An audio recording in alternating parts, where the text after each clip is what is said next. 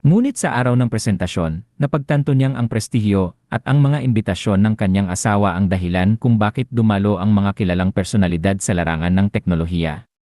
Nawalan siya ng kumpiyansa sa sarili at ibinunton ang kanyang galit kay Aaron nang makita niya itong natutulog habang nagpepresenta. Ngunit nang ituro ni Aaron ang isang simpleng pagkakamali, tuluyan na siyang nawalan ng pagkakataong patunayan ang kanyang sarili sa pamilya ng kanyang asawa. Dahil dito, nagpasya siyang sirain ang buhay ni Aaron upang mabawasan ang kanyang kahihiyan o upang makaramdam na may taong mas miserable kaysa sa kanya. Nag-upa siya ng pribadong investigador upang siyasatin ang background ni Aaron, at nang malaman niyang galing ito sa isang mahihirap na pamilya at nakapasok lamang sa unibersidad dahil sa scholarship, naisip niyang madali itong pabagsakin nang walang takot sa anumang paghihiganti. Pinabayaran niya sa investigador ang paggawa ng mga peking thesis na kapareho ng kay Aaron at ipinost ang mga ito online na para bang matagal na itong naroon bago pa man alam ni Aaron ang salitang thesis. Humingi siya ng posisyon sa Thesis Review Committee at doon niya inakusahan si Aaron ng plagiarism. Ipinakita niya ang mga website na nilikha ng investigador bilang ebidensya. Dahil dito, tinalikuran siya ng mga propesor at pinalayas siya 3 araw bago ang graduation. Ngunit hindi pa doon natapos ang paghihiganti ng propesor. Sumulat siya sa Departamento ng Scholarship at hininging itaas sa 15% ang interes ng utang ni Aaron. Nang tumanggi ang pinuno ng Scholarship Committee, tinakot niya ito ngunit nabigo siya muli. Ilang araw ang lumipas, natanggal ang pinuno sa kanyang pwesto sa hindi malinaw na dahilan. Ang pumalit ay agad na pumayag, kaya't inabot ng 1 linggo bago pinadalhan si Aaron ng email na kailangan na niyang bayaran ang kanyang utang at talakayin ang plano sa pagbabayad. Sa ngayon, nasa listahan ng paghihiganti ni Aaron ang propesor, ang pribadong investigador, at ang bagong pinuno ng Scholarship Committee. Alam niyang kailangan itong planuhin ng maingat upang hindi malaman ng mga ito kung sino ang naghihiganti sa kanila. Sabi nga nila, ang paghihiganti ay isang ulam na mas masarap kapag malamig na. Upang lubusang maunawaan ang kanyang mga kaaway, ginamit niya ang mga kahinaan ng Google, Android, Apple, at Microsoft. Ibig sabihin, kaya na rin niyang kumita mula sa mga kumpanyang ito sa pamamagitan ng pag-uulat ng mga security flaws kapalit ng kabayaran. Kaya tinawagan niya si Felix. "Hello, mahal kong kliyente," bati ng boses sa kabilang linya. "Ako na lang ba ang kliyente mo ngayon?" Sagot ni Aaron na may halong biro at pigil na inis. "Alam mo ba, sa law firm ko ako ang ginagawang poster boy ngayon," biro ni Felix. "Magdiwang ka na dahil may panibago akong trabaho para sa'yo," sagot ni Aaron na may boses na tila si Dr. Fate. "May bago ka na agad na target." "Ang bilis gulat na sabi ni Felix. "At hindi lang 1 kundi 4. Kaya mo ba ito ng mabilis?" "4. Anong mga kumpanya ito?" Tanong ni Felix na halos hindi makapaniwala. "YouTube, ang magulang nitong Google, pati Google, Android at Apple." "Kaya mo ba?" "Hindi ko kayang mag-isa. Kailangan ko ng tulong ng senior lawyers ng firm." "Payag ka ba?" "Ano ang payo mo bilang abogado at kaibigan?" Tanong ni Aaron. "Mas mabuting payagan mo akong humingi ng tulong para mas mabilis at baka mas malaki pa ang makuha nating kabayaran kaysa sa Facebook dati." Paliwanag ni Felix. "Sige, bahala ka na. Kailan niyo matatapos?" "Mga 1 buwan para makuha ang pinakamagandang presyo." "Okay lang. Huwag madaliin. Basta tiyakin mong makuha natin ang pinakamahusay na kabayaran." "CJ, sabihan mo ako kapag handa na ang mga dokumento." "Okay, mag-usap tayo ulit." At ibinaba ni Aaron ang tawag. Pagkatapos, sinimulan na niyang ihanda ang mga dokumentong ibibigay kay Felix. Matapos nito, binuksan niya ang maraming virtual machine at pinatakbo ang bugzapper sa bawat isa upang maghanap ng mga kahinaan sa iba't ibang aplikasyon. Layunin niyang makalikom ng sapat na system points upang mabili ang Prometheus++ programming language na magiging pundasyon ng lahat ng kanyang mga produkto sa hinaharap. Habang abala ang mga makina, naghintay na lamang siya na matapos ang proseso at makuha ang mga puntos na kailangan niya para sa kanyang susunod na hakbang. 1 linggo matapos ang kasunduan sa Facebook. Bluffdale, Utah. Dito matatagpuan ang Utah Data Center ng National Security Agency, isa sa mga pinakabagong at pinakamalalaking data center ng ahensya. Silid pulong. Ano ang dahilan ng biglaang pagpupulong na ito? Mas mabuting mahalaga ito dahil naghahanda pa ako para sa isa pang pagpupulong kasama ang Pangulo upang muling ipaliwanag ang pinsalang dulot ng pagtataksil ni Edward Snowden. Kaya dapat napakahalaga nito o ipapadala kita sa opisina ng Inspector General, mariing wika ni Teresa Xia, pinuno ng Special Source Operations Directorate. Halata pa rin ang matinding stress sa kanya dahil sa pagtataksil ng dating kontratista ng pamahalaan na si Edward Snowden. 3 beses na siyang bumalik sa White House sa loob ng 1 linggo para paulit-ulit na ipaliwanag ang isang bagay. Ma'am, tila may kapansin-pansing pagbaba sa dami ng datos na natatanggap natin mula sa mga social media platforms, sagot ng tagapagbalita, nagmamadaling magsalita upang hindi mapagalitan. Ano? Ipaliwanag ng mas detalyado. Ano na naman ang problema ngayon? Halos bumigay na sa pagod si Teresa, iniisip na isa na namang malaking banta ang kanilang haharapin. Ma'am, bumaba ng halos 75% ang datos na kinokolekta natin mula sa mga Facebook servers. Nagsimula ito mga 3 araw na ang nakakaraan. Nang aming siya sa atin, natuklasan naming binago ng Facebook ang buong seguridad ng kanilang aplikasyon at ang datos na nakukuha natin ay lubhang naka-encrypt. Ibig sabihin, isa sa ating pinakamalaking pinagkukunan ng datos ay nagbago ng sistema ng seguridad na hindi na natin mabutas. Tanong ni Teresa. Opo, ma'am. Karaniwan, alam na natin ng maaga kapag mag-update sila ng sistema kaya nakapaghahanda tayo. Ngunit ngayon, bigla nila itong ginawa na para bang sabay-sabay nilang nalaman ang lahat ng kahinaan at ang mga solusyon dito. Ano ang inyong plano ngayon? Tanong ni Teresa. Ma'am, iminumungkahi kong alamin natin kung paano nila ito nagawa at ang dahilan nito upang mapaghandaan natin kung sakaling gawin ito ng ibang mga kumpanya na pinagmumulan natin ng datos, tugon ng pinuno ng Departamento ng Intelligence Collection. Mabuti. Gawin niyo iyan at alamin din kung sino ang nakakita sa mga kahinaan at maghanda ng pagpupulong kasama siya. Ngunit unahin ang pagbubutas ng firewall, malinaw ba? Matapos ang pagpupulong, minamaliit pa rin nila ang sitwasyon, iniisip na pansamantala lamang ito. Bukod dito, abala pa rin sila sa pagharap sa galit ng publiko matapos ang pagbubunyag ni Snowden at ang pagtanggap ng Russia sa kanyang asilum, isang malaking insulto sa administrasyon ni Barack Obama. Samantala, ipinagpatuloy ni Aaron ang mabilis na pagkolekta ng system points hanggang matapos niya ang 17 aplikasyon at makamit ang kinakailangang puntos. 170,600 system points. Ipinasa niya ito kay Felix na nagbiro pa na lagi na lang nadadagdagan ang kanyang trabaho. Si Aaron na ang pinakamalaking kliyente ng law firm dahil sila ang humahawak sa negosasyon para sa kanya sa mga kumpanyang natagpuan niya ang kahinaan. Ngayon, nakikipagnegosasyon na sila sa Google, Apple at iba pa. Dahil sa dami ng ibinigay ni Aaron, bumuo na sila ng sariling team para lamang sa kanya. Pagkatapos, pumasok na siya sa shop at pinindot ang Buy button para sa Prometheus++ programming language. Pagkapindot niya, lumitaw ang isang hindi inaasahang notification. Ting! Dahil sa dami ng impormasyon ni i-upload sa iyong utak, inirekomenda ni ban user lay nasa nakahigang posisyon dahil 100% dan probabilidad ni mahihimatay ele. Ipagpatuloy din i-upload. Hindi. Pagkabasa niya, agad siyang nagpaalam sa kanyang ina na matutulog na at huwag na siyang isali sa hapunan. Pagpasok sa kanyang kwarto, nadatnan niya ang kanyang kapatid na naglalaro ng PlayStation 3. Oh, bakit hindi ka sa workroom mo? Tanong ng kapatid na nagulat. Hindi ba may sarili ka ng kwarto? Tanong ni Aaron. Sabi ni Mama, sobra na raw kaya kinuha niya, sagot nito habang halatang takot na pagbawalan siya ni Aaron. Siguraduhin mo lang na hindi ka mahuhuli at magsuot ka ng headphone, matutulog ako ha. Kuya, mahal na mahal kita, sabay yakap at talon sa tuwa ng kapatid. Pagkatapos ng sandaling iyon, nahiga si Aaron at pinindot ang i.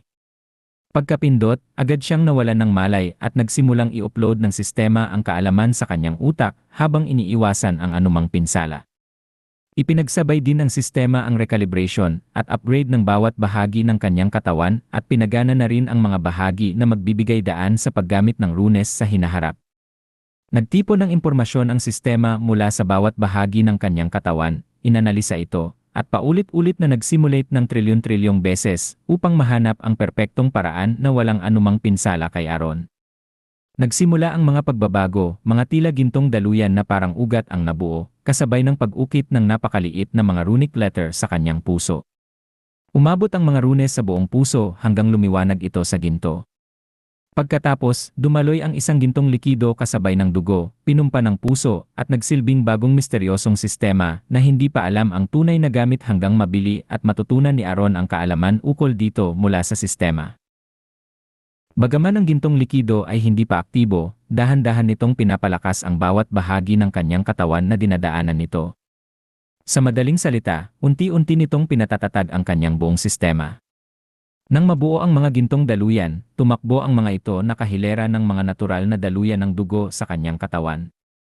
Ang utak ang unang naapektuhan ng marating ng unang alon ng gintong likido.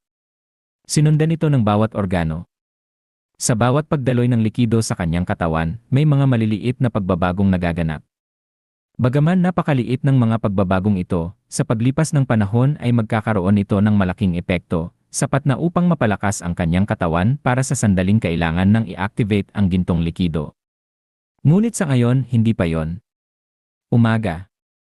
Pagmulat ni Aaron ng kanyang mga mata, umaga na.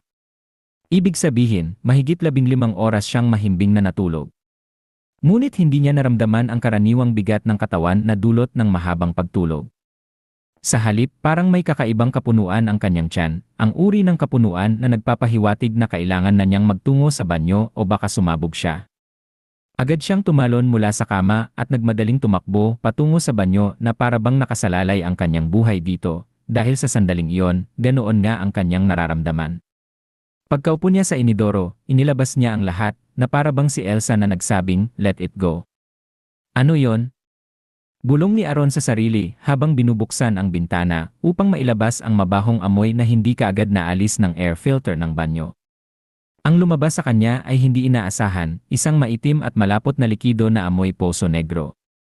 Hindi siya makapaniwala sa dami ng lumabas mula sa kanyang katawan. Tiyak siyang may kakaibang pangyayari habang siya ay natutulog. Ngunit ang tindi ng amoy. Salamat na lamang at mahimbing pa ang tulog ng lahat at walang nakapansin sa nangyari.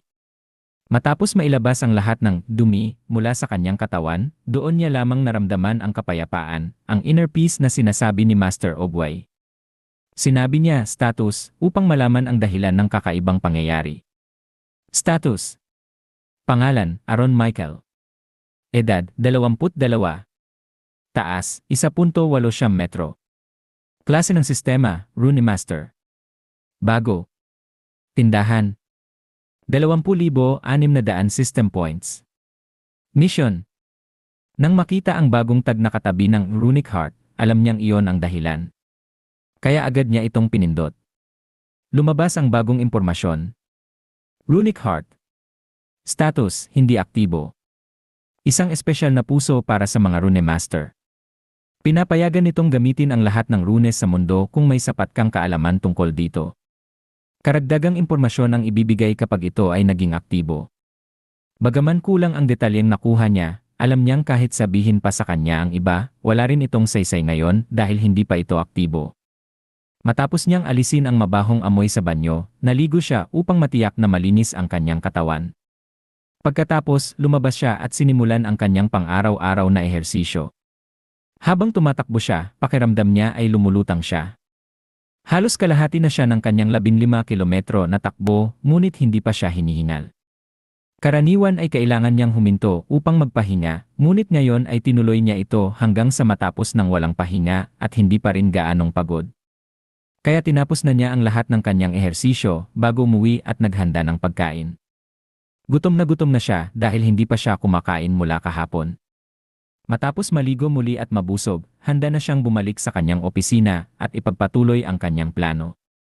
Umupo siya sa harap ng computer at sinimulang suriin ang kanyang bagong kaalaman sa Prometheus++ programming language. Sa mismong sandaling naisip niya ito, bumuhos ang kaalaman sa kanyang isipan, lahat ng detalye kung paano ito gamitin at itayo. Sa oras na matapos niya itong buuin, siya na ang magiging pinakadalubhasa dito. Huminga ng malalim si Aaron at nakatitig sa blankong screen. Nakamapa na sa kanyang isipan ang bawat detalye ng bagong programming language, alam na niya ang lahat ng dapat nitong gawin at kung paano ito gagana. Sinimulan niyang mag-type, mabilis at banayad ang kilos ng kanyang mga daliri sa keyboard habang unti-unting binubuo ang estruktura ng language. Oras-oras siyang nag-type ng walang kapaguran, paulit-ulit na tinitingnan at in-edit ang code hanggang sa maging perpekto na ito. Pagkatapos ng tila walang katapusang pag-coding, tumigil siya at tinitigan ang screen. Nariyan na ang code na magpapabuhay sa bagong programming language. Pinindot niya ang e-compile at kinabahan habang pinapanood ang progress bar. Sa wakas, natapos ang compilation at nabuhay ang language na kanyang nilikha. Tagumpay! Bunga ito ng 2 linggo ng walang tigil na pagsusumikap at dedikasyon. Bagaman ang sistema ang nagbigay nito, hayaan na nating namnamin niya ang tagumpay, isang language na maaaring magbago sa mundo ng software development. Ngunit kung ilalabas niya ito sa publiko, baka downgraded na bersyon lamang ito at hindi ang buo. Napagpasyahan niyang i-rewrite ang Bugzapper gamit ang bagong language na ito para maging mas mabilis at mas epektibo. Bigla siyang huminto habang nagsusulat ng code, may naisip siyang ideya. Gagawin niyang subscription-based ang Bugzapper. Para hindi na kailangang hintayin ng mga kumpanya na siya mismo ang maghanap at masingil sila ng milyon-milyon kada pagkakataon. Plano ng Bugzapper subscription. Stage 1, libre basic plan. Limitadong bilang ng pag-aayos ng mga bug. Maaaring mag-ulat ng 5 bug bawat buwan. Suporta mula sa komunidad. Limitadong suporta mula sa customer service. Stage 2, starter, $25 bawat buwan. Mas maraming pag-aayos ng mga bug kaysa sa libreng plano. Maaaring mag-ulat ng 25 bug bawat buwan. Priority customer support. Access sa suporta mula sa komunidad. Stage 3, intermediate, $50 bawat buwan. Mas maraming pag-aayos ng mga bug. Maaaring mag-ulat ng 50 bug bawat buwan. Priority customer support. Sistema ng pagsubaybay at pag-monitor ng mga bug. Maaaring magmungkahi ng mga bagong feature. Stage 4, advanced, $75 bawat buwan. Access sa lahat ng pag-aayos ng mga bug. Walang limitasyon sa pag-uulat ng mga bug bawat buwan. Dedicated customer support.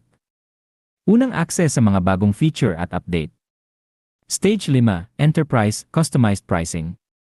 Customized na plano base sa pangangailangan ng kumpanya. Dedicated customer support. Customized analytics at reporting tools. Matapos ni Aaron ang paggawa ng programang handa na para sa subscription, naalala niyang kailangan ng bagong bersyon ng Bugzapper ng isang taong magbabantay dito. Kaya naman, napagpasyahan niyang magtatag ng isang kumpanya na siyang mamamahala nito. Makakatulong din ito upang kumita siya ng system points, kahit kaunti lang sa umpisa, tulad ng natutunan niya noong nag-ipon siya para sa isang bagong programming language. Pagkatapos ng 10 aplikasyon, bumaba ng kalahati ang kanyang kita. At pagdating sa ika-20, bumaba ulit ito ng kalahati. Kaya inisip niya na patuloy na bababa ang kanyang kita hanggang sa isang system point na lang kada pag-scan. Bagamat maliit ang kita kada transaksyon, naisip niya ang napakaraming website sa buong mundo. Kahit maliit ang halaga, ang dami ng potensyal na user ang magiging susi sa tagumpay. Ang kanyang plano ay gawing popular ang programa na ginagamit ng bawat website kahit 1 beses kada buwan. Ipapakita niya ang kahalagahan nito sa seguridad ng mga website upang hikayatin ang mga may-ari na subukan ito. Sa ganitong paraan, kikita siya ng isang system point bawat paggamit, isang passive income, kumbaga. Habang pinaplano niya ang kanyang kumpanya at ang unang produkto nito, tumunog ang kanyang telepono. Si Felix ang tumawag. "Hello, ang tagal na nating hindi nag-uusap, bati ni Aaron. Binuhusan mo kami ng napakaraming trabaho kaya wala na akong oras para makipag-ugnayan sa iba nitong nakaraang buwan," reklamo ni Felix, ngunit may halong tuwa sa kanyang boses. "Bakit ka tumawag?" tanong ni Aaron. "Gusto ko lang ipaalam na tapos na ang negosasyon natin sa mga kumpanya at ipapadala na sa iyo ang buong bayad matapos maibawas ang buwis at iba pang gastusin," sagot ni Felix. Sa wakas, ang tagal niyo naman, kunwaring reklamo ni Aaron. "Mas marami kang binigay na trabaho sa amin kaya kinailangan pa naming bumuo ng isang bagong team. Pero dahil sa laki ng bayad mo, wala na rin kaming reklamo," natatawang sagot ni Felix. "Magkano na lang ang natitira pagkatapos ng buwis at sahod ninyo?" tanong ni Aaron. "Malalaman mo yan kapag pinadala na namin pero maghanda ka sa sorpresa," nakangising sagot ni Felix. Pag di mo sinabi, ibababa ko na tong telepono, banta ni Aaron. Agad na binaba ni Felix ang tawag. Naku, nauto niya ako, bulong ni Aaron habang ibinababa ang telepono. Ipinagpatuloy niya ang kanyang trabaho habang inaasahan ang pagdating ng kanyang kita. Pagkalipas ng 5 araw, dumating ang kabuuang bayad at ang spreadsheet. Narito ang detalyadong talaan ng mga nagbayad. YouTube, Google+, Android at Google bilang isang entity, nagbayad sila ng $335 milyon. Dahil sa malaking bilang ng user na umaasa sa Google para sa seguridad ng kanilang email, binili nila ang impormasyon tungkol sa kahinaan at ang solusyon para agad itong maayos. Apple, nagbayad sila ng $87 milyon para sa kahinaan at solusyon sa iOS dahil sa kanilang pagpapahalaga sa seguridad ng kanilang saradong sistema. Microsoft, nagbayad sila ng $145 milyon para sa mga problema at solusyon sa Windows. Napakarami ng bug na para bang pwede nang gawing aklat kung paano hindi gumawa ng operating system. Weibo, nagbayad sila ng $17 milyon ngunit hindi binili ang solusyon. Nais nilang sila na lang ang mag-ayos dahil sa sensitibong kalikasan ng kanilang API na konektado sa gobyerno ng China. Zone, nagbayad ng $33 milyon sa parehong dahilan. Twitter at Vine, bilang magkakasamang kumpanya, nagbayad sila ng $75 milyon kasama ang solusyon. LinkedIn, nagbayad ng $45 milyon para sa problema at solusyon. Instagram, dahil binayaran na ito noon bilang bahagi ng Facebook, nagbayad na lang sila ng $25 milyon para sa natitirang issue. Tumblr, nagbayad ng $10 milyon ngunit hindi kinuha ang solusyon. Iba pang maliliit na social media sites, nagbayad ng kabuuang $39 milyon. Ang kabuuang kita ni Aaron ay umabot sa $811 milyon matapos ang buwis at iba pang bayarin. Kung walang bawas, lampas $900 milyon sana yon. Ngunit mas pinili niyang sundin ang mga regulasyon ng Internal Revenue Service. Halos bilyonaryo na siya. Alam niyang kailangan niyang ibalik ang pera sa sirkulasyon dahil habang nasa bangko lamang ito, bumababa ang halaga nito dahil sa implasyon. Bukod pa rito, kahit nabayaran na ang buwis, magbabayad pa rin siya ng buwis sa interes na kikitain ng kanyang pera sa bangko. Habang iniisip niya ito, may tumawag mula sa isang hindi kilalang numero. Hello, sagot ni Aaron. Hi, ito ba si Ginoong Aaron? Tanong ng boses. Sino ito? Hi Aaron, si Mark ito mula sa American Bank. Gusto sana naming makipag-usap tungkol sa account mo. Ayos lang ba ang lahat? Nag-aalalang tanong ni Aaron. Ayos lang po, gusto lang naming mag-set ng meeting para pag-usapan ang account mo. Sige. Tungkol saan ba ito? Nakita kasi namin na malaki ang laman ng account mo at gusto naming talakayin ang ilang options. Malaki nga ang kinita ko kamakailan. Nakita nga namin. Congratulations! Salamat. Gusto naming bigyan ka ng Black American Bank Card at kailangan naming i-confirm ang address mo. Sige, ibibigay ko ang address ko. Salamat. Gusto rin naming pag-usapan ang ilang investment opportunities. Interesado rin akong mag-invest pero gusto ko munang matuto. Ayos lang po. Magsiset kami ng meeting sa advisor namin. CJ. Pwede ba next Wednesday, 2:00 ng hapon? CJ. Salamat at congrats ulit. Salamat. Pagkatapos ng tawag, nagpahinga muna si Aaron para kumalma bago bumalik sa trabaho. Habang nagpapahinga, nakatulog siya at nanaginip na may ngiti sa labi at laway sa gilid ng bibig. 1 linggo bago matanggap ni Aaron ang bayad, at 2 linggo na ang nakalilipas simula nang matapos ang negosasyon, halos lahat ng kumpanya ay abala sa pag-aayos ng mga kahinaan sa kanilang mga sistema. 1 linggo ng kaguluhan para sa ilan, 1 linggo ng paghihintay para kay Aaron. Bluffdale, Utah. Sentro ng data ng National Security Agency.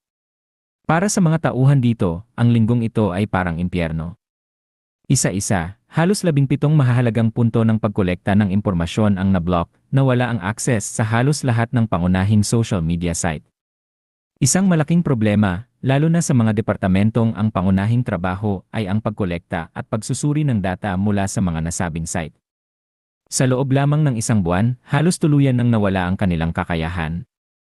Nagsimula ang lahat nang mawala ang access sa data ng Facebook. At habang sinusubukan nilang ayusin ito, sunod-sunod na lumitaw ang 17 iba pang problema. Konferensya ng NSA. Ang buong departamento ng Special Source Operations Directorate ay nasa conference room. Si Teresa Ishia, ang pinuno ng departamento, ang nagsimula ng pagpupulong. Dahil kumpleto na tayo, simulan na natin ang pulong. Ngunit bago ang lahat, paki-update kami sa sitwasyon, anya, sabay turo kay No, ang team leader na unang nag-report ng problema. Opo, ma'am, sagot ni Noah, tumayo, lumapit sa mikropono, at nagsimulang magpaliwanag. Lahat ay nagsimula 1 buwan na ang nakakaraan sa Facebook. Unti-unting nabawasan ang data na nakokolekta natin. Pagkaraan ng 1 linggo, lahat ng data ay na-encrypt na, at hanggang ngayon, hindi pa rin natin ito mabuksan. Noong nakaraang linggo, sinundan ito ng iba pang kilalang social media site, at umabot na tayo sa puntong halos 17 site ang mayroong malakas na encryption sa kanilang data. May biglang nagtanong, Russia ba ito? Sandaling tumigil si Noah bago sumagot, noong una, inakala naming Russia. Ngunit nang magsagawa kami ng joint investigation, kasama ang Federal Bureau of Investigation, nalaman naming maging ang mga kilalang Russian agent dito sa Amerika ay naghahanap din kung sino ang may gawa ng encryption. Problema rin ito sa kanila. Na-interview niyo ba ang mga empleyado ng mga kumpanyang iyon? Tanong ng isa pa. Susunod ko pong ikukwento yan. May ilang empleyado kaming na-interview sa tulong ng Federal Bureau of Investigation, sagot ni No at nagpatuloy. Ayon sa impormasyong nakuha namin, kinausap ng isang lalaking nagdangalang Aaron Michael ang Facebook. Nakipag-meeting siya at walang naging problema. Nang siya sa atin nila ang background niya, nalaman nilang dating estudyante ito sa Columbia University, sa huling taon sana, ngunit na-expel dahil sa DCIS-DEF. Naiwan siyang walang diploma at may malaking utang sa estudyante, kaya napasok sa bug hunting at nadiskubre niyang magaling siya rito. Hindi siya espiya? Tanong ng isa. Hindi po. Ayon sa investigasyon namin, Amerikano siya at maging ang kanyang mga magulang. Wala siyang criminal record at walang indikasyon na sleeper agent siya. At sa mga panayam sa iba pang kumpanya, tinatayang kumita siya ng mahigit $700 milyong sa ginawa niya. Nanlaki ang mga mata ng mga tao sa silid. Hindi nila maisip na isang tao lamang ang kayang kumita ng ganoong kalaking halaga sa loob lamang ng 1 buwan nang walang anumang iligal na gawain. Nang matapos ni No ang kanyang paliwanag at pagsagot sa halos lahat ng tanong, bumalik siya sa kanyang upuan at hinintay ang direksyon mula kay Teresa. Ngayon na updated na ang lahat, ituloy na natin ang pulong, sabi ni Teresa. Nagpatuloy ang pulong kung saan nagbigay ng ideya ang ilan kung paano susunod na kikilos, habang ang iba ay nagtuon sa pag-crack ng encryption gamit ang supercomputer sa campus. Ang plano natin, subukang basagin ang encryption sa loob ng 1 buwan. Kung hindi magtagumpay, makikipag-meeting tayo kay Aaron. Dismissed. Pagkatapos ay tinawag niya si No. Opo ma'am, sagot ni No. No, sabihin sa Federal Bureau of Investigation na bantayan si Aaron. Kung may foreign agent na tangkang saktan siya, dalhin agad siya sa kustodya natin, malinaw. Opo ma'am, mabilis na sagot ni No bago umalis para makipag-ugnayan sa kanila. Pagkatapos ng 1 linggo mula nang matanggap ni Aaron ang bayad, ginugol niya ang buong panahon sa pag-optimize ng Bugzapper para handa na itong gamitin ng publiko. Ito ang magiging pangunahing pinagkukunan niya ng system points. Matapos nito, nag-isip siya ng pangalan para sa kanyang kumpanya. Dahil kailangan ng pangalang madaling matandaan, nagdesisyon siyang pumili mula sa mga pangalan sa Greek mythology. Gusto sana niya ang Prometheus, ngunit ginagamit na ito ng kanyang programming language. Kaya pinili niya ang Eve. Sa mitolohiyang Griego, si Gaia ang diyosa ng mundo. Ina ng lahat ng buhay, kaugnay ng kasaganaan, agrikultura, at ani. Lumitaw siya mula sa kabuluhan sa simula ng panahon at nagluwal kina Uranus at ng mga bundok. Siya rin ang ina ng mga Titan, Cyclops, at marami pang iba. Pinili niya ang pangalang ito dahil nais niyang maging simbolo ang kumpanya ng pagiging ina sa lahat ng kanyang susunod na mga proyekto. Eve Technologies ang pinangalan niya. Pagkatapos makaisip ng pangalan, naisip niyang wala siyang alam sa pagtatatag ng kumpanya. Kaya tumawag siya sa kanyang kaibigan para magtanong. Doon niya nalaman na masalimuot pala ito, kaya ipinasa niya ang gawain sa law firm ng kanyang kaibigan. Ayon kay Felix, 1 linggo lamang ang kakailanganin para maayos ang lahat.